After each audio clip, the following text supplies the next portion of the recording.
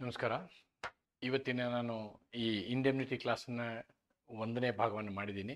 ಆ ಇಂಡೆಮ್ನಿಟಿ ಕ್ಲಾಸ್ನ ಮುಂದಿನ ಭಾಗವನ್ನು ಇವತ್ತು ನಾನು ನಿಮ್ಮೊಟ್ಟಿಗೆ ಚರ್ಚೆ ಮಾಡ್ತಾ ಇದ್ದೀನಿ. ಅದರಲ್ಲಿ ಸೆಕ್ಷನ್ 124 ಅಂತೇನು ನಾವು ಹೇಳ್ತೀವಿ, ಆ ಸೆಕ್ಷನ್ 124ನ ನಾನು ಸಂಪೂರ್ಣವಾಗಿ ನಿಮ್ಮ ಜೊತೆ ಚರ್ಚೆ ಮಾಡಿದ್ದೀನಿ. ಅಂದರೆ ಒಂದು ಇಂಡೆಮ್ನಿಟಿಯ ಒಂದು ಕಾನೂನಿನಲ್ಲಿ ಇಬ್ಬರು ವ್ಯಕ್ತಿಗಳು ಬರ್ತಾರೆ. ಒಬ್ಬನಿಗೆ ನಷ್ಟ ಭರ್ತಿಗಾರ ಅಂತೀವಿ, ನಾವು ಇನ್ನೊಬ್ಬನಿಗೆ ನಷ್ಟ ಭರ್ತಿದಾರಕ ಅಂತ ಹೇಳ್ತೀವಿ. ಇವರಿಬ್ಬರ ವಿಷಯದಲ್ಲಿ ಏನಿರ್ತದೆ ಅಂತಕ್ಕಂಥದ್ದನ್ನು ನಾನು ನಿಮ್ಮೊಟ್ಟಿಗೆ ವಿವರವಾಗಿ 2 ಇಂಗ್ಲೀಷ್ ಕೇಸ್ಗಳ ಜೊತೆಗೆ ನಿಮ್ಮೊಟ್ಟಿಗೆ ಚರ್ಚೆ ಮಾಡಿದ್ದೀನಿ. ಅಲ್ಲದೆ ಅಲ್ಲಿ ಏನಾಗುತ್ತೆ ಅಂತಂದರೆ, ಈ ಎರಡೂ ವಿಷಯಗಳನ್ನ ನಾವು ನೋಡಿದಾಗ ಇಂಡಿಯನ್ ಲಾ ಮತ್ತು ಇಂಗ್ಲೆಂಡಿನ ಕಾನೂನುಗಳನ್ನು ನೋಡಿ ಅಲ್ಲಿ ಇನ್ನೊಂದು ವಿಷಯವನ್ನು ನಿಮ್ಮ ಗಮನಕ್ಕೆ ತಂದಿದ್ದೀನಿ ನಾನು. ಏನಂದರೆ, the England law is very wide but Indian law is very narrow ಅಂತ ಹೇಳಿದ್ದೀನಿ. ಯಾಕೆ ವೈಡ್, ಯಾಕೆ ನ್ಯಾರೋ ಅಂತ ಹೇಳಿದ್ದೀನಿ ಅನ್ನೋದನ್ನು ಕಾರಣ ಹೇಳಿದ್ದೀನಿ. ಕೇವಲ ಮಾನವನಿಂದಂತಹ ನಷ್ಟ ಭರ್ತಿ ಪರಿಹಾರವನ್ನು ಮಾತ್ರ ನಾವು ಭಾರತದ ಕಾನೂನು ಏನಿದೆ ಅನುಚ್ಛೇದ 124 ಅದನ್ನು ಗಣನೆಗೆ ತೆಗೆದುಕೊಳ್ತದೆ, ಪರಿಗಣಿಸ್ತದೆ. ಬೇರೆದನ್ನು ಪರಿಗಣಿಸೋದಿಲ್ಲ. ಅಂದರೆ ಬೇರೆ ರೀತಿಯಾದಂಥ ಹಾನಿಗಳನ್ನು ಅದು ಪರಿಗಣಿಸೋದಿಲ್ಲ ಅಂತಕ್ಕಂಥ ಒಂದು ಮುಖ್ಯವಾದಂಥ ಪಾಯಿಂಟನ್ನು ಹೇಳಿದ್ದೀನಿ. ಆದರೆ ಇಂಗ್ಲೆಂಡಿನ ವಿಷಯದಲ್ಲಿ ಆ ರೀತಿ ಇಲ್ಲ, ಅದು ಬೇರೆ ರೀತಿಯ ನಷ್ಟ ಪರಿಹಾರವನ್ನು ಅದು ತಗೊಳ್ತದೆ. ಆದರೆ ಇವತ್ತು ನಾವು ಏನು ನೋಡ್ತಾ ಇದ್ದೀವಿ ಅಂದರೆ, ಇವತ್ತಿನ ಈ ಕ್ಲಾಸಲ್ಲಿ I am going to discuss about the section 125. Section 125 ಏನು ಮಾಡುತ್ತೆ ಅಂತಕ್ಕಂಥದ್ದನ್ನು ನಾವಿವತ್ತು ನೋಡೋಣ. We are going to look at section 125. What is section 125 ಅನ್ನೋದನ್ನು ನಾವಿಲ್ಲಿ ನೋಡೋಣ. Section 125, rights of the indemnity holder ಅಥವಾ ಇಂಡೆಮ್ನಿಫೈಡ್ ಅಥವಾ ನಷ್ಟಭರ್ತಿದಾರಕ. ನಷ್ಟಭರ್ತಿದಾರಕನ ಹಕ್ಕುಗಳೇನು ಅಂತಕ್ಕಂಥದ್ದನ್ನು ನಾವಿಲ್ಲಿ ನೋಡೋಣ. ಒಂದನ್ನು ನಾನು ನಿಮಗೆ ಮೊದಲೇ ಹೇಳಿಬಿಡ್ತೀನಿ. ಏನು ಕಾನೂನಿನಲ್ಲಿ ಏನು ಪ್ರಾವಧಾನ ಇದೆಯೋ ಇದಕ್ಕೆ ಹೆಚ್ಚಿನ ಅವಕಾಶಗಳನ್ನು ನಾವೇನು ಮಾಡಿದ್ದೇವೆ, ನಮ್ಮ ಸರ್ವೋಚ್ಚ ನ್ಯಾಯಾಲಯಗಳು ವ್ಯಾಖ್ಯಾನ ಮಾಡುವಾಗ ಆ ರೀತಿಯಾದಂತಹ ವ್ಯಾಖ್ಯಾನವನ್ನು ಮಾಡಿ ಇನ್ನೂ ಹೆಚ್ಚಿನ ಅಧಿಕಾರವನ್ನು ಇಲ್ಲಿ ಕೊಟ್ಟಿದ್ದೇವೆ. ಅದು ಹೇಗೆ ಅನ್ನೋದನ್ನು ನೋಡೋಣ. ಇಲ್ಲಿ ರೈಟ್ಸ್ ಆಫ್ ಇಂಡೆಮ್ನಿಟಿ ಹೋಲ್ಡರ್, ಪರಿಹಾರ ಹೊಂದುವವನ ಹಕ್ಕುಗಳು ಅಥವಾ ನಷ್ಟಭರ್ತಿದಾರಕನ ಹಕ್ಕುಗಳು. ಕಲಂ 125 ಈ ಹಕ್ಕುಗಳನ್ನು ಹೇಳ್ತದೆ. ಇಲ್ಲಿ 3 ಹಕ್ಕುಗಳನ್ನು ಈ ಒಂದು ಸೆಕ್ಷನ್ನಲ್ಲಿ ನೋಡ್ತೇವೆ ನಾವು. ಏನು 3 ಹಕ್ಕುಗಳು? ಒಂದು ಕಾಂಟ್ರಾಕ್ಟ್ ಮಾಡ್ಕೊಂಡಿರ್ತೀವಿ. ಮಾಡಿಕೊಂಡಂತಹ ಕಾಂಟ್ರಾಕ್ಟಿನ ಸಂದರ್ಭದಲ್ಲಿ ಇಂಡೆಮ್ನಿಫೈಡ್ಗೆ ಏನಾಗುತ್ತೆ ಅಂತಂದರೆ, ಯಾರೋ ಕೇಸ್ ಹಾಕಿ ಅವನಿಗೆ ಪರಿಹಾರ ಕೊಡುವಂಥ ಪರಿಸ್ಥಿತಿ ಬಂದುಬಿಡುತ್ತೆ ಅವನಿಗೆ. ಯಾರಿಗೆ? ಇಂಡೆಮ್ನಿಫೈಡ್ ವ್ಯಕ್ತಿಗೆ. ಆವಾಗ ಆ ಪರಿಹಾರವನ್ನು ಇಂಡೆಮ್ನಿಫೈಯರ್ ಏನು ಮಾಡಬೇಕು? ಕೊಡಬೇಕು. ಇದು ಅವನ ಹಕ್ಕು. ಅಂದರೆ ಆ ರೀತಿಯಾದಂತಹ ಪರಿಹಾರವನ್ನು ಯಾರಿಗೋ ಕೊಡುವಂಥ ಸಂದರ್ಭ ಬಂದಾಗ ಏನು ಮಾಡಬೇಕು? ಪರಿಹಾರಧಾರಕ ಇದ್ದಾನಲ್ವಾ, ಅವನು ಇವನಿಗೆ ಆ ಅಮೌಂಟನ್ನು ಕೊಡಬೇಕಾಗ್ತದೆ. ನಷ್ಟ ಪರಿಹಾರ ಧಾರಕ. ಇಲ್ಲೊಂದು ಸಣ್ಣ ತಪ್ಪಾಗಿದೆ. ಪರಿಹಾರ, ಇದು ನಷ್ಟ ಪರಿಹಾರ ಧಾರಕ ಅಲ್ಲ, ಇದು ನಷ್ಟ ಪರಿಹಾರ ಧಾರಕ ಅಲ್ಲ. ನಷ್ಟ ಪರಿಹಾರ ಕೊಡುವವನು ನಷ್ಟ ಪರಿಧಾರಕ. ಓಕೆ, ಇದು ನಷ್ಟ ಪರಿಹಾರ ಕಾರಕ. ಇವನು ನಷ್ಟಭರ್ತಿ ಕಾರಕ, ಧಾರಕ ಅಲ್ಲ ಅಂತಕ್ಕಂಥದ್ದನ್ನು ನೆನ್ಪಿಡಬೇಕು. ಇದು ಒಂದನೇ ಅವಕಾಶ ಇದರಲ್ಲಿ ಇರ್ತಕ್ಕಂಥ. ಎರಡನೇ ಅವಕಾಶ 125ನಲ್ಲಿ ಏನಿದೆ ಅಂತಂದರೆ, ಅಕಸ್ಮಾತು ಇವನೇ ಕೇಸ್ ಹಾಕ್ತಾನೆ. ಯಾರು? ನಷ್ಟ ಭರ್ತಿದಾರಕ ಏನಿದಲ್ಲ, ಇಂಡೆಮ್ನಿಫೈಡ್ ಏನಿದಲ್ಲ, ಇವನೇ ಕೇಸ್ ಹಾಕ್ತಾನೆ. ನಷ್ಟ ಭರ್ತಿಯನ್ನು ಹೊಂದುವ ವ್ಯಕ್ತಿಯೇ ಶೂಟ್ ಹಾಕ್ತಾನೆ. ಯಾಕೆ ಶೂಟ್ ಹಾಕ್ತಾನೆ ಅಂತಂದರೆ, ಆ ಸಂದರ್ಭದಲ್ಲಿ ಶೂಟ್ ಹಾಕೋದು ಅವಶ್ಯಕತೆ ಇರ್ತದೆ. ಆ್ಯಸ್ ಎ ಪ್ರೂಡೆಂಟ್ ಮ್ಯಾನ್ ಅವನು ತನ್ನ ಹಕ್ಕುಗಳನ್ನು ರಕ್ಷಿಸೋಗೋಸ್ಕರ ಶೂಟ್ ಹಾಕಲೇಬೇಕಾಗುತ್ತೆ ಅನ್ನೋದು ಮುಖ್ಯ. ಹಾಕಿದಂತಹ ಸಂದರ್ಭದಲ್ಲಿ ಅಥವಾ ಇಂಡೆಮ್ನಿಫೈಯರ್ ಇದಾನಲ್ವಾ, ಅವನೇ ಹೇಳ್ಬೋದು, ನೀನು ಶೂಟ್ ಹಾಕಪ್ಪ, ಕೇಸ್ ಹಾಕು ನೀನು ಅಂತಲೇ ಹೇಳ್ಬೋದು. ಹಾಗೂ ಚಾನ್ಸಸ್ ಇರ್ತದೆ. ಅಂತಹ ಸಂದರ್ಭದಲ್ಲಿ ಆ ಒಂದು ದಾವೆಗೆ ಆಗುವಂತಹ ಎಲ್ಲ ಖರ್ಚುಗಳನ್ನು ಏನು ಮಾಡಬೇಕಾಗತ್ತೆ? ಈ ಇಂಡೆಮ್ನಿಫೈಯರ್ ಇರ್ತಾನಲ್ಲ ಅವನು ಕೊಡಬೇಕಾಗತ್ತೆ. ಅಂದರೆ ನಷ್ಟಭರ್ತಿದಾರಕ ಕೊಡಬೇಕಾಗತ್ತೆ, ನಷ್ಟಭರ್ತಿಯನ್ನು ಹೊಂದುವವನಿಗೆ ಕೊಡಬೇಕಾಗತ್ತೆ. ಇದು ಎರಡನೇ ಒಂದು ಅವಕಾಶ ಈ 125ನಲ್ಲಿದೆ. ಮೂರನೇ ಇನ್ನೂ ಒಂದು ಅವಕಾಶ ಇದೆ. ಅದೆಂಥ ಅವಕಾಶ ಅಂತಂದರೆ, ಈ ರೀತಿಯಾದಂತಹ ಶೂಟ್ಗಳು ನಡೆದಾಗ, ಅಂದರೆ ಇವನಿಗೆ ನಷ್ಟ ಆಗುವಂಥ ಸಂದರ್ಭಗಳು ಬಂದಾಗ ಏನು ಇನ್ನೊಬ್ಬ ವ್ಯಕ್ತಿಯ ಜೊತೆ ಇವನು ಕೇಸ್ಗಳನ್ನ ನಡೆಸ್ತಾ ಇರ್ತಾನೆ, ಆ ಕೇಸು ರಾಜಿ ಪ್ರಸಂಗಕ್ಕೆ ಬರ್ಬೋದು, ರಾಜಿ ಆಗ್ಬೋದು. ರಾಜಿ ಆಗುವಂಥ ಸಂದರ್ಭದಲ್ಲಿ ಈ ನಷ್ಟ ಪರಿಹಾರ ಹೊಂದುವವನು ಅವನಿಗೆ ಕೆಲವೊಂದು ಹಣವನ್ನು ಕೊಡಬೇಕಾದಂಥ ಸಂದರ್ಭ ಬರ್ಬೋದು. ಅಂತಹ ಸಂದರ್ಭದಲ್ಲಿಯೂ ಕೂಡ ನಷ್ಟ ಪರಿಹಾರ ಧಾರಕ ಏನಿರ್ತಾನಲ್ಲ, ಇಂಡೆಮ್ನಿಫೈಯರ್, ಇವನಿಗೆ ಅಮೌಂಟನ್ನು ಕೊಡಬೇಕಾಗ್ತದೆ. ಈ 3 ಹಕ್ಕುಗಳು ಇವನಿಗಿದ್ದೇವೆ ಅಂತಕ್ಕಂಥದ್ದನ್ನು ನಾವು ಈ ಪ್ರಕರಣದಲ್ಲಿ ನೋಡ್ಬೋದು. ಇಲ್ಲಿ ನೋಡಿ, ಅದರಲ್ಲಿ 3 ಹಕ್ಕುಗಳನ್ನು ನಾನು ಸಪ್ರೇಟಾಗಿ ಬರ್ತೀನಿ. ಇಲ್ಲಿ ರೈಟ್ ಆಫ್ ರಿಕವರಿಂಗ್ ಡ್ಯಾಮೇಜಸ್ ಅಂದರೆ ಪರಿಹಾರ. ನೋಡಿ, ನೆನ್ಪಿಟ್ಕೊಳ್ಳಿ, ಕಾಂಟ್ರಾಕ್ಟ್ ಲಾನಲ್ಲಿ ಡ್ಯಾಮೇಜ್ ಬೇರೆ, ಡ್ಯಾಮೇಜಸ್ ಬೇರೆ. ಡ್ಯಾಮೇಜಸ್ ಅಂತಂದರೆ ಪರಿಹಾರ, ಇದನ್ನ ನೆನ್ಪಿಟ್ಕೊಳ್ಳಿ ನೀವು. ಪರಿಹಾರ ಅಂತಕ್ಕಂಥ ಪ್ರಶ್ನೆ ಯಾವಾಗ ಬರುತ್ತೆ ಅಂದರೆ where there is a suit, where there is a case before the court. Civil case ಅಂತಾರೆ ಅದಕ್ಕೆ, ದಿವಾನಿ ಪ್ರಕರಣ. ಈ ದಿವಾನಿ ಪ್ರಕರಣ ಇದ್ದಾಗ ಅಲ್ಲಿ ಈ ನಷ್ಟ ಪರಿಹಾರವನ್ನು ಕೊಡುವಂಥದ್ದಕ್ಕೆ ನಾವು ಡ್ಯಾಮೇಜಸ್ ಅಂತ ಹೇಳ್ತೀವಿ. Damages may be 2 types. If it is because of contract, it is a liquidated damage. If it is because of tort, it is unliquidated damage ಅಂತಕ್ಕಂಥದ್ದನ್ನು ನಾವು ನೆನ್ಪಿಟ್ಕೊಳ್ಬೇಕು. ನಷ್ಟವನ್ನು ಪುನಃ ಪಡೆಯುವ ಹಕ್ಕು, all damages that he is compelled to pay. ಯಾರು ಇಲ್ಲಿ ನಷ್ಟ ಪರಿಹಾರಕಾರಕ ಅಥವಾ ನಷ್ಟ ಪರಿಹಾರವನ್ನು ಹೊಂದುವವನು. ನಷ್ಟ ಪರಿಹಾರವನ್ನು ಹೊಂದುವ ಹಕ್ಕನ್ನು ಉಳ್ಳಂತಹ ವ್ಯಕ್ತಿ ಎಲ್ಲ ಡ್ಯಾಮೇಜ್ಗಳಿಗೆ, ಎಲ್ಲ ಪರಿಹಾರಗಳಿಗೆ ಅವನು ತಗೊಳ್ಳಿಕ್ಕೆ ಎಲಿಜಿಬಲ್ ಇರ್ತಾನೆ. ಪೇ ಇನ್ ಶೂಟ್, ಯಾವುದೇ ಒಂದು ವ್ಯಾಜ್ಯ ಇರ್ತಲ್ಲ, in respect of any matter to which the promise of the indemnity applies. ಯಾವ ಒಂದು ಕರಾರಿನ ಪ್ರಕಾರ ನಿಮಗೆ ನಷ್ಟ ಪರಿಹಾರ ಭರ್ತಿಗೆ ಅವಕಾಶ ಇರುತ್ತದೋ ಅಂತಹ ಒಂದು ವಿಷಯದಲ್ಲಿ ಯಾವುದೇ ಒಂದು ದಿವಾನಿ ವ್ಯಾಜ್ಯ ಫೈಲ್ ಆಗಿ ಅದರಿಂದ ನೀವು ನಷ್ಟ ಭರ್ತಿ ಮಾಡುವಂತಹ ಪ್ರಸಂಗ ಬಂದಾಗ ಅದನ್ನು ಪಡೆಯುವ ಹಕ್ಕು ನಿಮಗಿರ್ತದೆ. ಯಾರು ಕೊಡ್ತಾರೆ ಅದು ನಿಮಗೆ? ನಿಮ್ಮ ಇಂಡೆಮ್ನಿಫೈಯರ್ ಕೊಡ್ತಾರೆ.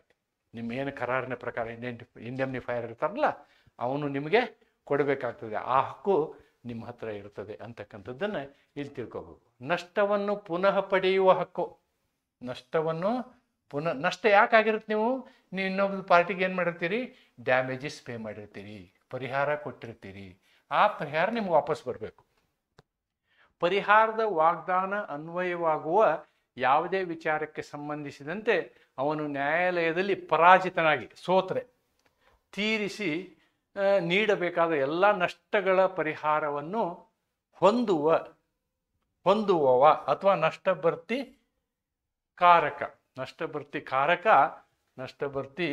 ಕಾರಕನು ವಾಪಸ್ ಪಡೆಯಲು ಹಕ್ಕುದಾರನಾಗಿರುತ್ತಾನೆ. ಇದು ಕೊಡೋರು ಯಾರು? ನಷ್ಟಭರ್ತಿದಾರಕ, ಇಂಡೆಮ್ನಿಫೈಯರ್. ಯಾರು ಇಂಡೆಮ್ನಿಫೈಯರ್ ಇರ್ತಾನೆ ಅವನು ಇಂಡೆಮ್ನಿಫೈಡ್ಗೆ ಕೊಡಬೇಕಾಗತ್ತೆ. ಇಂಡೆಮ್ನಿಫೈಯರು ಇವನಿಗೆ ಕೊಡಬೇಕಾಗತ್ತೆ. ಅಂಥದ್ದು ಒಂದು ಕೇಸನ್ನು, ಒಂದು ಸಿಂಪಲ್ ಕೇಸನ್ನು ನಿಮಗೆ ತೊಗೊಂಡಿದ್ದೀನಿ. ಇದೇನು ಗೋಕುಲ್ದಾಸ್ ವರ್ಸಸ್ ಗುಲಾಬ್ ರಾವ್ ಅಂತಕ್ಕಂಥ case. In this court case held that the ಇಂಡೆಮ್ನಿಫೈಯರ್ cannot plead. ಇಂಡೆಮ್ನಿಫೈಯರ್ ಅಂದರೆ ಇಲ್ಲಿ ನಷ್ಟಭರ್ತಿಯನ್ನು ತುಂಬಿಕೊಡುವ ನಷ್ಟಭರ್ತಿಯನ್ನು ತುಂಬಿಕೊಡುವ ಇವನು ರೆಫ್ಯೂಸ್ ಮಾಡೋಕ್ಕಾಗಲ್ಲ ಅಂತ. ಏನಕ್ಕೆ? That he was not a party to the dispute. ಇಲ್ಲ, ನಾನು ಪಾರ್ಟಿ ಮಾಡಿರಲಿಲ್ಲ ಆ ಕೇಸಲ್ಲಿ ಅಂತ ಹೇಳಿ ಅವನು ತಪ್ಪಿಸ್ಕೊಳಕ್ಕಾಗಲ್ಲ. ನೋಡಿ, ಸುಮಾರು ಸಲ ಕೋರ್ಟಲ್ಲಿ ಏನಾಗುತ್ತೆ ಅಂದರೆ ನಮ್ಮ ಲಾಯರ್ಗಳು ಸುಮಾರು ಸಂಬಂಧಿಸಿದಂಥ ವ್ಯಕ್ತಿಗಳನ್ನ ಪಾರ್ಟಿಗಳನ್ನ ಮಾಡಿರ್ತಾರೆ. ಬಟ್ ಈ ವಿಷಯದಲ್ಲಿ ಪಾರ್ಟಿ ಮಾಡೋ ಅವಶ್ಯಕತೆ ಇಲ್ಲ. ಯಾಕಂದರೆ ಇಂಡೆಮ್ನಿಟಿ ಕಾಂಟ್ರಾಕ್ಟಲ್ಲೇ ಅದು ನಮಗೆ ಆ ಹಕ್ಕು ಬಂದುಬಿಟ್ಟಿರ್ತದೆ, party to dispute. Hence the result should be implemented upon him. ಅದು ಏನು ಕೇಸಿನ ರಿಸಲ್ಟ್ ಏನು ಬರುತ್ತೆ ಅವ್ರ ಮೇಲೆ ಅದನ್ನು ಇಂಪ್ಲಿಮೆಂಟ್ ಮಾಡಬೇಕು ಅಂಥೇಳಿ. ಇಲ್ಲಿ ನಾನು ಪಾರ್ಟಿ ಮಾಡಿಲ್ಲ ಅಂಥೇಳಿ ನನಗೆ ನಾನು ಡ್ಯಾಮೇಜ್ ಕೊಡೋದಿಲ್ಲ ಅಂತ ಹೇಳೋಕ್ಕಾಗೋದಿಲ್ಲ ಅಂತಕ್ಕಂಥದ್ದು ಸಿಂಪಲ್ ಪ್ರಕರಣ. ಇದರಲ್ಲಿ ತಮ್ಮ ವಿಶೇಷ ಏನಿಲ್ಲ. ದೆನ್ ಎರಡನೇದು ರಿಕವರಿಂಗ್ ಕಾಸ್ಟ್ಸ್. ಒಂದನೇದ್ರಲ್ಲಿ ನಾವು ಪರಿಹಾರ, ಇಲ್ಲಿ ವೆಚ್ಚ. ನೋಡಿ, ಪರಿಹಾರನೇ ಬೇರೆ, ವೆಚ್ಚ ಬೇರೆ. ಡ್ಯಾಮೇಜಸ್ ಅಂದರೆ ಪರಿಹಾರ, ಇಲ್ಲಿ ಕಾಸ್ಟ್ ಅಂದರೆ ವೆಚ್ಚ. ಅದಕ್ಕೆ ತಗಲುವಂತಹ ಖರ್ಚು, ಯಾವುದೇ ಒಂದು ಪ್ರಕ್ರಿಯೆಗೆ ತಗಲುವಂತಹ ಖರ್ಚಿಗೆ ನಾವೇನಂತೀವಿ? ಕಾಸ್ಟ್ ಅಂತ ಹೇಳ್ತೀವಿ. ಇಂಗ್ಲೀಷ್ ಶಬ್ದದಲ್ಲಿ ಕಾಸ್ಟು, ಡ್ಯಾಮೇಜಸ್ಸು ಇವುಗಳ ಅರ್ಥ ಕ್ಲಿಯರ್ ಆಗಿರಬೇಕು, ಕನ್ನಡದಲ್ಲಿಯೂ ಇರಬೇಕು. ಅದಕ್ಕೆ ಏನಿದೆ ನೋಡೋಣ. ಇಲ್ಲಿ all costs that he is compelled. He ಅಂದರೆ ಇಂಡೆಮ್ನಿಫೈಡ್. ಇಲ್ಲಿ he is compel to pay in any suit, ನೋಡಿ ಯಾವುದೇ ಒಂದು ವ್ಯಾಜ್ಯದಲ್ಲಿ, in bringing or defending it he did not contravene the orders of the promisor. ನೋಡಿ ಇಲ್ಲಿ ಈ ರೀತಿ ಮಾಡುವಾಗ ಏನು ಮಾಡ್ಬೇಕಂತಂದ್ರೆ, ಪ್ರಾಮಿಸರ್ ನಿಮ್ಗೇನು ಹೇಳಿರ್ತಾನೆ, ಆ ಪ್ರಾಮಿಸರ್ ಅಗ್ರಿಮೆಂಟಲ್ಲಿ ಏನಿರುತ್ತೆ ಅದಕ್ಕೆ ವಿರುದ್ಧವಾಗಿರಬಾರ್ದು. ಏನು ಪ್ರಾಮಿಸರ್ ಏನು ಕೊಟ್ಟಿರ್ತಾನೆ, ಆ ಪ್ರಾಮಿಸರ್ ಕಾಂಟ್ರಾಕ್ಟ್ ಅಂದರೆ ಇಂಡೆಮ್ನಿಟಿ ಕಾಂಟ್ರಾಕ್ಟ್ ಏನಿರುತ್ತೋ ಅಥವಾ ನಷ್ಟಭರ್ತಿ ಕರಾರು ಏನಿರುತ್ತೋ ಅದರಲ್ಲಿ ಇರ್ತಕ್ಕಂಥ ಪ್ರಾವಧಾನಗಳಿಗೆ ವಿರುದ್ಧವಾಗಿರಬಾರ್ದು ಅಷ್ಟೇ. That is only the condition. And acted as a prudent man. ನೋಡಿ ನೀವು ನೀವು ಒಂದು ಕರಾರಿನಲ್ಲಿ ಏನು ವಿಷಯಗಳಿರ್ತವೆ ಅದನ್ನು ನೀವು ರಕ್ಷಿಸಿಕೊಳ್ಳೋದಕ್ಕೆ as a prudent man you have got every right to file a case. Prudent man, prudent for him to act in the absence of contract of indemnity. ಒಂದು ವೇಳೆ ಇಂಡೆಮ್ನಿಟಿ ಇಲ್ಲ ಅಂತಲೂ ಇಟ್ಕೊಳ್ಳಿ, ಅಂಥ ಸಂದರ್ಭದಲ್ಲಿ ನಿಮಗೇನು ವ್ಯವಸ್ಥೆ ಇತ್ತೋ ಆ ವ್ಯವಸ್ಥೆಯಲ್ಲಿ ನೀವು ಶೂಟ್ ಹಾಕಿ ಅದನ್ನು ಸರಿ ಮಾಡ್ಕೊಳ್ದೆ ಹೋದರೆ, ಫಾರ್ ಎಕ್ಸಾಂಪಲ್ ಒಂದು ಪ್ರಾಪರ್ಟಿ ತೊಗೊಂಡಿರ್ತೀವಿ, ಆಮೇಲೆ ಪ್ರಾಪರ್ಟಿ ತೊಗೊಂಡಂಥ ಪ್ರಾಪರ್ಟಿನಲ್ಲಿ ಏನಾಗುತ್ತೆ ಅಂತಂದರೆ ಇನ್ನೊಬ್ಬ ಬಂದು ನನ್ನ ಜಾಗ ಇದು ಅಂಥೇಳಿ ಬಿಲ್ಡಿಂಗ್ ಕಟ್ಟಕ್ಕೆ ಶುರು ಮಾಡ್ತಾನೆ. ಆವಾಗ ನೀವು ಅಂದಮೇಲೆ ಕೇಸ್ ಹಾಕ್ದೆ ಸುಮ್ಮನೆ ಕೂರಕ್ಕಾಗಲ್ಲ. You have to file a case. So that is the thinking of a prudent man. Thinking of a prudent man. ಇಲ್ಲೇನು ಅಲ್ಟಿಮೇಟ್ಲಿ ಆ ಪ್ರಾಪರ್ಟಿ ನನಗೆ ಯಾರು ಕೊಟ್ಟಿರ್ತಾರ ಅವನು ಅಲ್ಲ ಅಂತ ಆಗಿದ್ರೆ ಅವಾಗ ಏನಾಗುತ್ತೆ, ಅವನು ಬಂದಂಥ ಒಂದೇ ಪ್ರಾಪರ್ಟಿ ಆಗುತ್ತೆ, ಬಂದಂಥ ಒಂದೇ ಪ್ರಾಪರ್ಟಿ ಆಗುತ್ತೆ. ಆವಾಗ ಆ ಖರ್ಚು ಡ್ಯಾಮೇಜಸ್ಸು ಎಲ್ಲನೂ ಈ ಇಂಡೆಮ್ನಿಫೈಯರ್ ಕೊಡಬೇಕಾಗತ್ತೆ, ನಷ್ಟ ಭರ್ತಿಗಾರ ಇದನ್ನೆಲ್ಲ ಅವನು ಕೊಡಬೇಕಾಗತ್ತೆ ಅಂತಕ್ಕಂಥದ್ದನ್ನು ನಾವಿಲ್ಲಿ ನೋಡ್ಬೋದು. Him in the absence of contract or if the promisor authorised him in bringing defending this. ಅಥವಾ ಇನ್ನೊಂದು ಸಂದರ್ಭದಲ್ಲಿ ಏನಾಗ್ಬೋದು, ಆ ರೀತಿ ಅವನು ಬಂದಾಗ ಪ್ರಾಮಿಸರೇ ಇವನಿಗೆ ಹೇಳ್ತಾನೆ, ಇಲ್ಲ ಇಲ್ಲ ಇಲ್ಲ ಕೇಸ್ ಹಾಕ್ರಿ, ನೀವು ಯಾಕೆ ಬಿಡ್ತೀರಿ, ನೀವು ಕೇಸ್ ಹಾಕ್ರಿ, ಹಂಗೇನಾದ್ರೂ ನಾನು ಇರ್ತೀನಿ ಅಂಥೇಳಿ. ಆವಾಗ ಅಂಥ ಸಂದರ್ಭದಲ್ಲಿ ಅದಕ್ಕೆ ತಗಲುವ ವೆಚ್ಚ ಅಥವಾ ಖರ್ಚು ಕೊಡಬೇಕಾಗುತ್ತೆ. ವ್ಯಯಗಳನ್ನು, ಇನ್ನೊಂದು ಹೆಸರು ಈ ವೆಚ್ಚಕ್ಕೆ ಏನಂತೀವಿ ನಾವು, ವ್ಯಯಗಳನ್ನು ಪುನಃ ಪಡೆಯುವ ಹಕ್ಕು. ಪರಿಹಾರವ ಹೊಂದುವ ಪ್ರೋತ್ಸಾಹಿತನಾಗದೆ ಮತ್ತು ಪ್ರಾಮಾಣಿಕತೆಯಿಂದ ಮೊಕದ್ದಮೆ ಹೂಡಿದರೆ ಅಥವಾ ರಕ್ಷಣೆ ನೀಡಿದರೆ ಆತನಿಂದ ವಹಿಸಲಾಗಿರುವ ಎಲ್ಲ ಖರ್ಚುಗಳನ್ನು ಪುನಃ ಪಡೆಯಲು ಅವನಿಗೆ ಅಧಿಕಾರ ಇದೆ. ಆದರೆ ಅವನು ಪರಿಹಾರಕನ ಆದೇಶಗಳನ್ನು ಉಲ್ಲಂಘಿಸಬಾರದು. ಇಂಡೆಮ್ನಿಫೈಯರ್ ಏನು ಹೇಳಿರ್ತಾನೆ ಅದನ್ನು ಉಲ್ಲಂಘಿಸಬಾರದು. ಮತ್ತು ಪ್ರಕರಣ ಹೆಂಗೆ ಒಬ್ಬ ವಿವೇಕ ಬುದ್ಧಿ ಇದ್ದಂಥವನು ಪ್ರಕರಣ ವ್ಯಕ್ತಿಯಂತೆ ಅವನು ಬಿಹೇವ್ ಮಾಡಬೇಕು ಅಂತಕ್ಕಂಥದ್ದನ್ನು ನಾವಿಲ್ಲಿ ನೋಡ್ಬೋದು. ಅದಕ್ಕೂ ಒಂದು ಕೇಸ್ ಲಾ ಕೊಟ್ಟಿದ್ದೀನಿ ನಾನಿಲ್ಲಿ. ಇದು ಯಾವುದು, Gopal Singh versus Bhavani Prasad. In this case court held that only those cost will be recoverable that are suppose to be incurred by the prudent man. ನೋಡಿ, ಒಬ್ಬ ಸಾಮಾನ್ಯ ವ್ಯಕ್ತಿ ಏನೇನು ಖರ್ಚು ಮಾಡ್ಬೋದು ಅಂಥ ವಿಷಯದಲ್ಲಿ ಬುದ್ಧಿವಂತ ವ್ಯಕ್ತಿ ಏನು ಖರ್ಚು ಅಷ್ಟಕ್ಕೆ ಮಾತ್ರ ನೀವು ಡ್ಯಾಮೇಜ್ ಕೇಳ್ಬೋದು. ಏನೇನಕ್ಕೆಲ್ಲ ಅನವಶ್ಯಕವಾಗಿ ಖರ್ಚು ಮಾಡಿದ್ದಕ್ಕೆ ನೀವು ಇಮ್ಯುನಿಟಿ ಕೇಳೋಕ್ಕಾಗೋದಿಲ್ಲ, ಆ ವೆಚ್ಚವನ್ನು ಕೇಳೋಕ್ಕಾಗೋದಿಲ್ಲ ಅನ್ನೋದನ್ನು ಈ ಕೇಸಲ್ಲಿ ಹೇಳ್ತಾರೆ. And the last one is recovering the sums. ಒಟ್ಟು ಎಲ್ಲ ಸಮ್ಸು ಅಲ್ಲಿ ಇದರಲ್ಲಿ ಏನು ಮಾಡಿದ್ದಾರೆ ಅಂತಂದರೆ ಕಾಂಪ್ರಮೈಸ್ ವಿಷಯ ಆದಾಗ ಯಾವುದು ಕಾಂಪ್ರಮೈಸ್ಗೆ ಸಂಬಂಧಪಟ್ಟಂಥ ಎಲ್ಲ ಖರ್ಚು ಅಂತ ಹೇಳ್ತಾರೆ. All sums which he may have paid under the terms of a compromise. ಒಂದು ರಾಜಿ ಆದಾಗ, in any shoot, if the compromise was not contrary to the orders of the promiser. ಅಂದರೆ ಪ್ರಾಮಿಸರು ನೀವು ಏನು ಮಾಡಿಕೊಂಡಂತಹ ಒಂದು ಕರಾರು ಇರುತ್ತೆ ಅದರ ಮೂಲ ಉದ್ದೇಶಕ್ಕೆ ವಿರುದ್ಧವಾಗಿ, ಪ್ರಾಮಿಸರ್ನ ಉದ್ದೇಶಕ್ಕೆ ವಿರುದ್ಧವಾಗಿ ಮಾಡದೆ ಹೋದಂತಹ ಯಾವುದೇ ರಾಜಿ ಇದ್ದಾಗಲೂ ಕೂಡ ಆ ರಾಜಿಗೆ ಸಂಬಂಧಪಟ್ಟಂತಹ ವೆಚ್ಚವನ್ನು ಕೂಡ ಏನು ಮಾಡಬೇಕು, ಇಂಡೆಮ್ನಿಫೈಯರು ಕೊಡಬೇಕು ಅಂತಕ್ಕಂಥದ್ದು. And was one which would have been prudent for the promisee to make in the absence of a contract of indemnity or if the promisor authorised him. ನೋಡಿ, ಆಯ್ತಪ್ಪ ರಾಜಿ ಆಗು, ನೀನು ಏನು ಖರ್ಚು ಬರುತ್ತೆ ನಾನು ಕೊಡ್ತೀನಿ ಅಂತ ಹೇಳಿದರೆ ಏನಾಗುತ್ತೆ ಅಂತಂದರೆ, ರಾಜಿ ಆದಮೇಲೆ ರಾಜಿಗೆ ತಗಲುವಂತಹ ವೆಚ್ಚ ಅಷ್ಟೇ ಅಲ್ಲ, ಅಕಸ್ಮಾತ್ ಇವನು ಕಾಂಟ್ರಾಕ್ಟಿನ ಇವನಿಗೂ ಲಾಸ್ ಆತಂತ ಇಟ್ಕೊಳ್ಳಿ, ಆ ಲಾಸನ್ನು ಕೂಡ ಅದಕ್ಕೆ ಎಲ್ಲದನ್ನು ಭರ್ತಿ ಮಾಡಬೇಕು ಅವನು. That is a total some ಏನು ಮಾಡಬೇಕಾಗತ್ತೆ, ಇಂಡೆಮ್ನಿಫೈಯರು ಕೊಡಬೇಕಾಗತ್ತೆ ಅಂತಕ್ಕಂಥದ್ದನ್ನು ನೀವಿಲ್ಲಿ ನೋಡ್ಬೋದು. ನಗದು ಮೊತ್ತವನ್ನು ಪುನಃ ಪಡೆಯುವ ಹಕ್ಕು.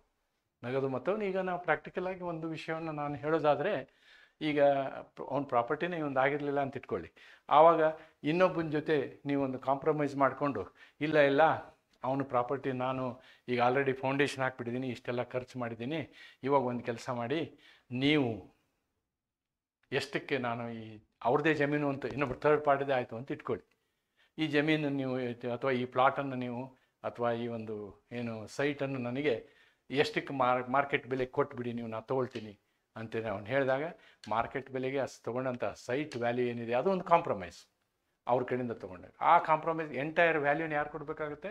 ಇಂಡೆಮ್ನಿಫೈಯರ್ ಕೊಡಬೇಕಾಗುತ್ತೆ ಅಂತಕ್ಕಂಥದ್ದನ್ನು ನಾವಿಲ್ಲಿ ನೋಡ್ಬೋದು. ಈ ರೀತಿಯಾದಂತಹ 3 ಸಂದರ್ಭದಲ್ಲಿ 3 ಹಕ್ಕುಗಳನ್ನು ಯಾರು ಹೊಂದಿರ್ತಾರೆ?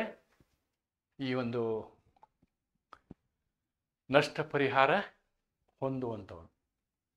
ಓಕೆ, ಇವನಿಗೆ ಈ ರೀತಿಯಾದಂಥ 3 ರೈಟ್ಸ್ ಆರ್ ದೇರ್. ನಾನು ಬ್ರೀಫಾಗಿ ಮೊದಲು ಹೇಳಿದ್ದೀನಿ, ಅವನಿಗೆ 1ನೇ ರೈಟ್ ಏನು ಅಂತಂದರೆ ಕೇಸ್ ಹಾಕುವಂತಹ ಅಧಿಕಾರ, ಡ್ಯಾಮೇಜಸನ್ನು ರಿಕವರಿ ಮಾಡುವಂತಹ ಅಧಿಕಾರ.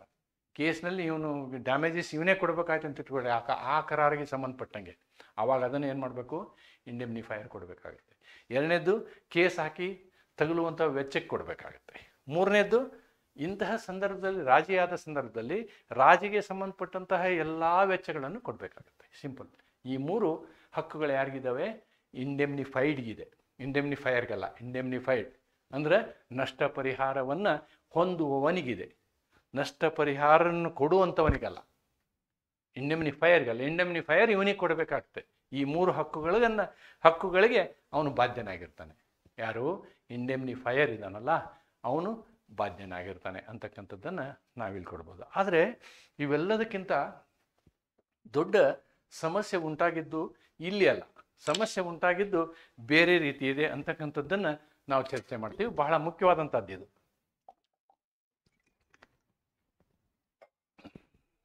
ಕಾನೂನಿನಲ್ಲಿ ಈ ವ್ಯವಸ್ಥೆ ಇರಲಿಲ್ಲ. This issue was not there. It was a practical difficulty. ನೋಡಿ, ಯಾವುದೇ ಒಂದು ಕಾನೂನನ್ನು ಜಾರಿಗೆ ತರಬೇಕಾದ್ರೆ ಪ್ರಾಕ್ಟಿಕಲಿ ಅದಕ್ಕೊಂದು ಸಮಸ್ಯೆ ಬರುತ್ತೆ. ಸಮಸ್ಯೆ ಬಂದಾಗ 90% ಭಾಗ ಏನು ಮಾಡ್ತಾ ಆ ಸಮಸ್ಯೆಯನ್ನು ನ್ಯಾಯಾಲಯ ಬಗೆಹರಿಸ್ತದೆ. ಅದಕ್ಕೆ ಇದು ಒಂದು ಉದಾಹರಣೆ. ಅದನ್ನು ಇಲ್ಲಿ ನೋಡೋಣ, ಏನಿದೆ ಅನ್ನೋದನ್ನು ನೋಡೋಣ. Commencement of the liability. ಯಾವಾಗ ಲಯಬಿಲಿಟಿ ಅಂದರೆ ಹೊಣೆಗಾರಿಕೆ, ಯಾರ್ದು ಹೊಣೆಗಾರಿಕೆ? It is for the ಇಂಡೆಮ್ನಿಫೈಯರ್. ಇಂಡೆಮ್ನಿಫೈಯರ್ ಯಾರು ನಷ್ಟ ಭರ್ತಿ ಮಾಡಿಕೊಡ್ತೀನಿ ಅಂತ ಹೇಳಿರ್ತಾನೆ, ಅವನ ಹೊಣೆಗಾರಿಕೆ ಯಾವಾಗ ಪ್ರಾರಂಭ ಆಗುತ್ತೆ ಅಂತಕ್ಕಂಥದ್ದು ನಮಗೆ ಕ್ಲಿಯರ್ ಆಗಿಲ್ಲ. ಇಂಗ್ಲೆಂಡಿನ ಕಾನೂನು ಏನು ಹೇಳುತ್ತೆ ಅಂತಂದರೆ, ಇಂಡೆಮ್ನಿಫೈಡ್ ಇದ್ದವನು ಅಂದರೆ ನಷ್ಟ ಪರಿಹಾರವನ್ನು ಹೊಂದುವವನು ಫಸ್ಟ್ ಅವನು ಎಲ್ಲ ಪೇಮೆಂಟ್ ಮಾಡಬೇಕು, ನಷ್ಟವನ್ನು ಪೇಮೆಂಟ್ ಮಾಡೋದೆಲ್ಲ ಮಾಡಬೇಕು. ಮಾಡಿದ ಮೇಲೆ ಅವನಿಗೆ ಹಕ್ಕು ಬರುತ್ತೆ. That is English law. Very clear. In English law a person can be indemnified only if is damnified. Only if is damnified ಅಂತ ಹೇಳ್ತಾರೆ ಅದಕ್ಕೆ. ನೋಡಿ, when does the indemnifier become liable for payment, or when the indemnity holder can get the losses or compensated, is an important issue in contract of indemnity. ಅದನ್ನೇ ಹೇಳಿದೆ ನಾನು ನಿಮ್ಗೆ ಇಷ್ಟ ತನಕ. ಇದು ಒಂದು ಬಹುಮುಖ್ಯವಾದಂತಹ ಒಂದು ವಿಷಯ ಅಥವಾ ಸಮಸ್ಯೆ ಅಂತ ಹೇಳ್ಬೋದು. ಈಗ ಅದನ್ನು ನೋಡೋಣ. ಆ ಕೇಸ್ ಬಂದಾಗ ಇನ್ನೂ ನಾನು ಚೆನ್ನಾಗಿ ನಿಮ್ಗೆ ಹೇಳಲಿಕ್ಕೆ ಆಗುತ್ತೆ. ಪರಿಹಾರಕ ಅಥವಾ ನಷ್ಟಭರ್ತಿಗಾರ ಯಾವಾಗ ಹೊಣೆಗಾರನಾಗುತ್ತಾನೆ ಅಥವಾ ಪರಿಹಾರ ಹೊಂದುವವನು ಯಾವಾಗ ನಷ್ಟಗಳ ಪರಿಹಾರವನ್ನು ಪಡೆಯಬಹುದು ಎಂಬುದು ಪರಿಹಾರದ ಕರಾರದ ಪ್ರಮುಖ ವಿಚಾರವಾಗಿದೆ. ನಿಮಗೆ ಈ ಪ್ರಶ್ನೆ ಕೇಳಿದ್ದಾರೆ ಕ್ವಶನ್ನಲ್ಲಿ, ನಿಮ್ಮ ಎಕ್ಸಾಮಲ್ಲಿ ಈ ಪ್ರಶ್ನೆ ಬರ್ತದೆ.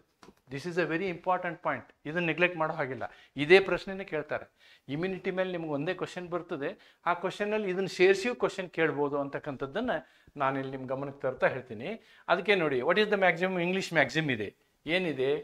You must be damnified before you are indemnified ಅಂತ. ಮೊದಲು ನಿನಗೆ ನಷ್ಟ ಆಗಬೇಕು, ನಷ್ಟ ಆದಮೇಲೆ ನಿನಗೆ ನಷ್ಟ ಪರಿಹಾರ ಮಾಡಿಕೊಡ್ತೀವಿ ನಾವು ಅಂತ. But this is not applied in the present position of the law. This was the old position. English ಲಾನಲ್ಲಿ ಓಲ್ಡ್ ಪೊಸಿಷನ್ ಇತ್ತು. Even English also, English people they have changed it. Present position is something different. ಕಾನೂನಿನ ಸೂಕ್ತ ವ್ಯಾಖ್ಯೆ ಏನು ಅಂದರೆ, ನೀನು ನಷ್ಟವನ್ನು ಅನುಭವಿಸಿದ ಬಳಿಕ ಮಾತ್ರ ಪರಿಹಾರ ಪಡೆಯಬಹುದು ಎಂಬುದಾಗಿದೆ. ಆದರೆ ಇದು ಪ್ರಸ್ತುತ ಕಾನೂನು ಸ್ಥಿತಿಯಲ್ಲಿ ಪರಿಹಾರದ ನಿಜವಾದ ಉದ್ದೇಶವನ್ನು ಸಾಧಿಸಲು ಅನ್ವಯವಾಗುವುದಿಲ್ಲ. ಯಾಕೆ ಅಂದರೆ ನಾನೊಬ್ಬ ನನ್ನ ಕೆಪಾಸಿಟಿನೇ ನನ್ನ ಹತ್ರ 1 ಲಕ್ಷ 2 ಲಕ್ಷ ಕೊಡುವಂಥದ್ದು ಇರ್ತದೆ. ಆದರೆ ವ್ಯವಹಾರದಲ್ಲಿ ಒಂದು 20 ಲಕ್ಷ ಕಾಂಪೆನ್ಸೇಷನ್ ಕೊಡುವಂತಹ ಪರಿಸ್ಥಿತಿ ಬಂತು ಅಂದರೆ 20 ಲಕ್ಷ ಎಲ್ಲಿಂದ ಕೊಡಲಿ ನಾನು? ಈ ರೀತಿಯಾದ ಕಷ್ಟವನ್ನು ನೋಡಿದಂತಹ ನ್ಯಾಯಾಲಯ ಇದಕ್ಕೆ ಪರಿಹಾರ ಕೊಡ್ತು. ಏನು ಪರಿಹಾರ ಅನ್ನೋದನ್ನು ನೋಡೋಣ ನಾವಿಲ್ಲಿ. ಗಜಾನನ್ ಮೋರೇಶ್ವರ್ ವರ್ಸಸ್ ಮೋರೇಶ್ವರ್. ಮತ್ತೆ ಮೋರೇಶ್ವರ್ ಅಂತ ಬರೆದ್ರೆ ಸಾಕು ನಾವು ಈ ಕೇಸ್ಗೆ. You can write it like this. ಏನಾಯ್ತು ಈ ಕೇಸಲ್ಲಿ ಅಂತಂದರೆ, as explained by Chagla J. Chagla ಅವರು ಏನು ಮಾಡಿದ್ರು ನೋಡಿ. The English court of equity mitigated the defect of common law procedure that the compensation be paid only after the indemnity holder incurs actual loss has been modified. Especially ಈ ಪ್ರಕರಣದಲ್ಲಿ, Richardson ರೀ ಪ್ರಕರಣದಲ್ಲಿ English ಲಾನಲ್ಲೇ ಇದನ್ನು ಬದಲಾವಣೆ ಮಾಡಿಬಿಟ್ರು ಅನ್ನುವ ವಿಷಯವನ್ನು ಚಾಗ್ಲಾ ಅವರು ಈ ಪ್ರಕರಣದಲ್ಲಿ ಬರೀತಾರೆ. ಇದು ಇಂಪಾರ್ಟೆಂಟ್. ಚಾಗ್ಲಾ ಅವ್ರು ಏನು ಮಾಡ್ತಾರೆ, ಹೌದು ಇಂಗ್ಲಿಷ್ ಲಾನಲ್ಲಿ ಅದೇ ಇತ್ತು, first he has to be damnified then only he can be indemnified ಅಂತ ಇತ್ತು, ಒಪ್ತೀನಿ ನಾನು ಅದನ್ನು. ಆದರೆ ಅದೇ ಬ್ರಿಟಿಷ್ ರಾಜ್ಯದಲ್ಲಿ, ಬ್ರಿಟಿಷ್ ದೇಶದಲ್ಲಿ 1911ರಲ್ಲಿ ಈ ಪ್ರಕರಣದಲ್ಲಿ ಅದನ್ನು ಮಾಡಿಫೈ ಮಾಡಿದ್ದಾರೆ. Common law says so, damnified only can claim indemnity, that is the common law principle. But equity courts ಅದನ್ನೇನು ಮಾಡಿದ್ದೇವೆ, ಪರಿವರ್ತನೆ ಮಾಡಿದ್ದೇವೆ ಈ ಪ್ರಕರಣದಲ್ಲಿ, ಅದನ್ನು ನಾವು ಅಪ್ಲೈ ಮಾಡ್ತೀವಿ ಇಲ್ಲಿ ಅಂತ ಹೇಳಿದ ನಮ್ಮ ನ್ಯಾಯಾಧೀಶರು ಹೇಳಿದ್ದು ಆ ಥರ. This principle is adopted by Indian courts in several cases and held that when the liability of indemnity holder becomes clear and certain, he should have the right to put the indemnifier to put him in the position of liability. ನೆನ್ಪಿಟ್ಕೊಳ್ಳಿ. ಕೊನೆಗೆ Indian courts ಏನು ಹೇಳ್ತು ಅಂತಂದರೆ, ಒಮ್ಮೆ ಇಂಡೆಮ್ನಿಫೈಡ್ ಅಥವಾ ನಷ್ಟ ಭರ್ತಿಯನ್ನು ಹೊಂದುವಂತಹ ವ್ಯಕ್ತಿಗೆ ನಷ್ಟ ಇಷ್ಟು ಅಂತ ಡಿಸೈಡ್ ಆಯಿತು ಅಂತ ಇಟ್ಕೊಳ್ಳಿ. ಡಿಸೈಡ್ ಆದ ತಕ್ಷಣ, ಅದು ಒಂದು ಕ್ಲಿಯರ್ ಪಿಕ್ಚರ್ ಬಂದ ತಕ್ಷಣ ಏನಾಗ್ತಾನೆ, ಇಂಡೆಮ್ನಿಫೈಯರ್ ರೆಸ್ಪಾನ್ಸಿಬಲ್ ಆಗ್ತಾನೆ. ಹಿ ಬಿಕಮ್ಸ್ ಲಯಬಲ್ ಇಂದು ಹೇಳ್ತಾ ಏನು ಹೇಳ್ತಾರೆ ಅಂದರೆ, ಒಮ್ಮೆ ಇದು ಗೊತ್ತಾಯ್ತು ಅಂದರೆ he can immediately put the case on the indemnifier, ಅಥವಾ he can issue a notice to him, ಈ ರೀತಿ ಆಗಿದೆ ಕೋರ್ಟಲ್ಲಿ, ಇಷ್ಟು ಕಟ್ಟಬೇಕಾಗ್ಬೋದು, ನೀನು ಕಟ್ಟಬೇಕು ಅಂತ. ಕೋರ್ಟ್ ಕೂಡ ಹೇಳುತ್ತೆ ಯಾರಿಗೆ, ಇಂಡೆಮ್ನಿಫೈಯರ್ಗೆ, ನೀನು you deposit this much amount even before. ಅಂದರೆ ಯಾವುದೇ ಕಾರಣಕ್ಕೂ ಇಂಡೆಮ್ನಿಫೈಡ್ ಅಥವಾ ನಷ್ಟ ಭರ್ತಿ ಹೊಂದುವವನು ತಾನು ದುಡ್ಡು ಕೊಡುವಂತಹ ಪರಿಸ್ಥಿತಿ ಬರಬಾರ್ದು ಅನ್ನೋದು ಈ ಪ್ರಕರಣದಲ್ಲಿ ತೀರ್ಮಾನ ಆಗಿರುವಂಥದ್ದು. That is very very important. ನೋಡಿ, ಗಜಾನನ್ ಮೋರೇಶ್ವರ್ ವರ್ಸಸ್ ಮೋರೇಶ್ವರ್ ಪ್ರಕರಣದಲ್ಲಿ ಚಾಗ್ಲಾ ಜಡ್ಜ್ ಅವರ ವಿವರದ ಪ್ರಕಾರ ಇಂಗ್ಲಿಷ್ ನ್ಯಾಯಾಲಯದ ನ್ಯಾಯಪಾಲನಾ ನ್ಯಾಯ ಸಾಮಾನ್ಯ ಕಾನೂನು ವಿಧಾನದಲ್ಲಿ ಕಂಡುಬರುವ ದೋಷಗಳನ್ನು ಸರಿಪಡಿಸಿತು. Equity court ಸರಿಪಡಿಸಿತು. ಪ್ರಾರಂಭಿಕ ನಿಯಮವಾದ ಪ್ರಕಾರ ಪರಿಹಾರ ಹೊಂದುವವನು ನಷ್ಟವನ್ನು ನಿಜವಾಗಿಯೂ ಅನುಭವಿಸಿದ ನಂತರ ಮಾತ್ರ ಪರಿಹಾರ ಪಾವತಿ ಮಾಡಲಾಗುತ್ತಿತ್ತು. That was old principal.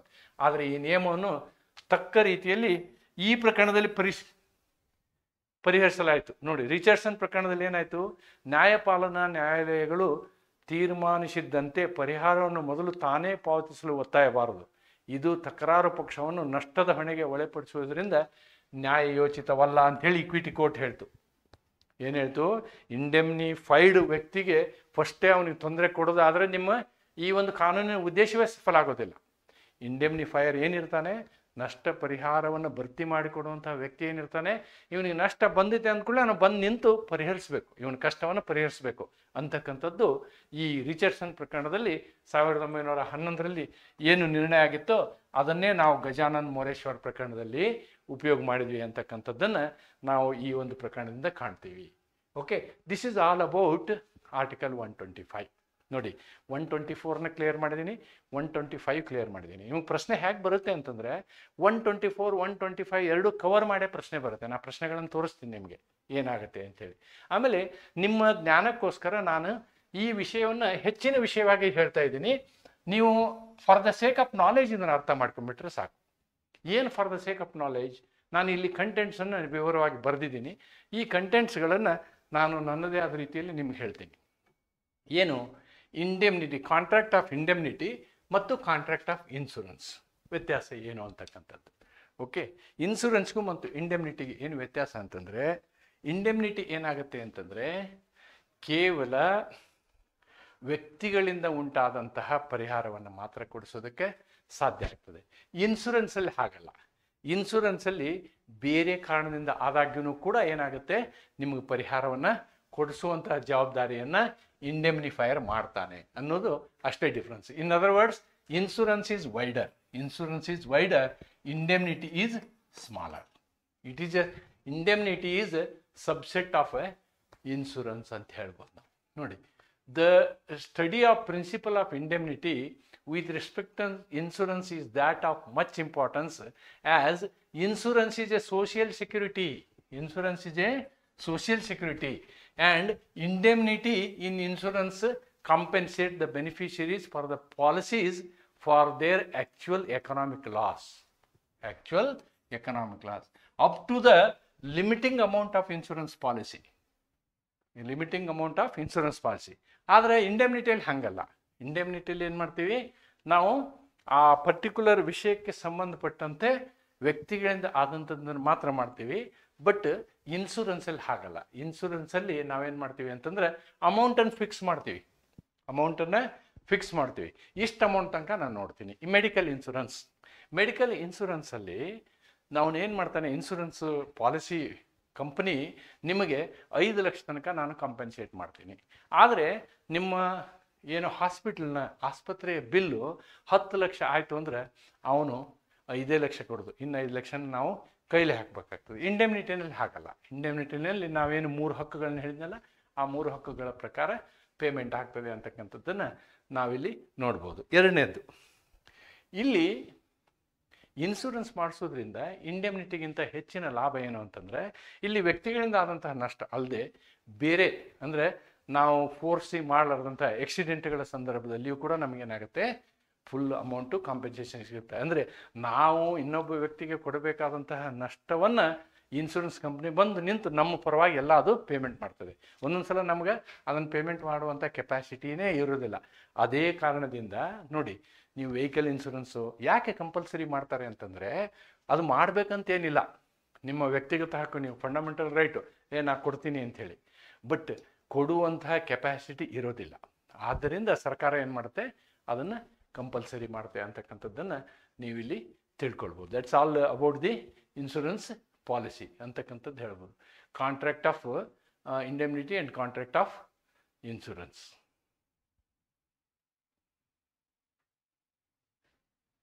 Okay, ಅದರ ಕನ್ನಡ ಒಂದು ವಿವರಣೆಯನ್ನು ನಾನು ಇಲ್ಲಿ ನಿಮಗೆ ಕೊಟ್ಟಿದ್ದೀನಿ. ಒಂದು ಲೈಫ್ ಇನ್ಶೂರೆನ್ಸ್ ಮಾತ್ರ ಇಂಡೆಮ್ನಿಟಿ ಅಲ್ಲ, ಬಟ್ ಅದರ್ ಇನ್ಶೂರೆನ್ಸ್ನ ನಾವು ಇಂಡೆಮ್ನಿಟಿ ಅಂತಲೂ ಹೇಳ್ಬೋದು. Contract of indemnity, contract of insurance ನೋಡಿ. ಆಮೇಲೆ ಈ ಇಂಡೆಮ್ನಿಟಿ ಇನ್ಶೂರೆನ್ಸ್ ಕಾಂಟ್ರಾಕ್ಟ್ನಲ್ಲಿ ಪ್ರೀಮಿಯಂ ಪೇಮೆಂಟ್ ಇರುತ್ತೆ. ನೋಡಿ, ಇದ್ರ ಸ್ಕೋಪು ಇದನ್ನು ನೋಡಿಬಿಡ, ಡಿಫ್ರೆನ್ಸ್ ನೋಡಿದ್ರೆ ಗೊತ್ತಾಗುತ್ತೆ. It has A wider scope. Indemnity has a wider scope since all contracts of insurance are contracts of indemnity except life insurance. Life insurance ಬಿಟ್ಟು ಉಳಿದಿದ್ದು ಎಲ್ಲಕ್ಕೂ ನಾವು ಏನು ಹೇಳ್ತೀವಿ, ಇವಕ್ಕೆಲ್ಲ ಇಂಡೆಮ್ನಿಟಿ ಅಂತಲೇ ಹೇಳ್ತೀವಿ. It has a narrow scope since all contracts of indemnity are not contracts of insurance. Next, the element of ಇಬರೆಮ ಫಿದಾಯಿ. ನೋಡಿ, ಇದು ಇನ್ಶೂರೆನ್ಸಲ್ಲಿ ಅಪ್ಲೈ ಆಗುತ್ತೆ. ಗುಡ್ ಫೇತ್ ಅಂತ ಹೇಳ್ತಾರೆ ನಾವು. ಇದು ಗುಡ್ ಫೇತು ಇನ್ಶೂರೆನ್ಸಲ್ಲಿ ಉಪಯೋಗ ಆಗುತ್ತೆ, ಇಲ್ಲಿ ಉಪಯೋಗ ಇರಲ್ಲ. ಅದು ಇಟ್ ಈಸ್ ನಾಟ್ ದೇರ್. ಇಬರೆಮ ಫಿದಾಯಿ is not there in indemnity, it is there in insurance. The third one, premium paid. ನೋಡಿ, ನಾನು ಅದನ್ನೇ ಹೇಳಿದ್ನಲ್ವಾ, ನೀವು ಇನ್ಶೂರೆನ್ಸಲ್ಲಿ ಪ್ರೀಮಿಯಂ ಪೇ ಮಾಡಬೇಕಾಗುತ್ತೆ, ಇಲ್ಲಿ ಪ್ರೀಮಿಯಂ ಪೇಡ್ ಮಾಡುವ ಅವಶ್ಯಕತೆ ಇಲ್ಲ ಅಂತಕ್ಕಂಥದ್ದನ್ನು ನಾವಿಲ್ಲಿ ನೋಡ್ಬೋದು. This is the difference. ಅದನ್ನು ಕನ್ನಡದಲ್ಲಿ ಹೇಳಿದ್ದೀನಿ. ಇಲ್ಲಿ ಆ್ಯಕ್ಚುಲಿ ಪರಿಹಾರದ ಕರಾರು ಇದ್ರ ವ್ಯಾಪ್ತಿ ಜಾಸ್ತಿ ಇದೆ ಅಂತ ಹೇಳ್ತಾನೆ ಇವನು. ಆದರೆ ಜೀವ ವಿಮೆ ಹೊರತುಪಡಿಸಿ ಎಲ್ಲ ವಿಮೆ, ಆ ರೀತಿಯಿಂದ ಇಲ್ಲಿ ಇದಕ್ಕೆ ವ್ಯಾಪ್ತಿ ಜಾಸ್ತಿ ಇದೆ ಅಂತ ಹೇಳ್ತಾನೆ. ಅಂದರೆ ಆಲ್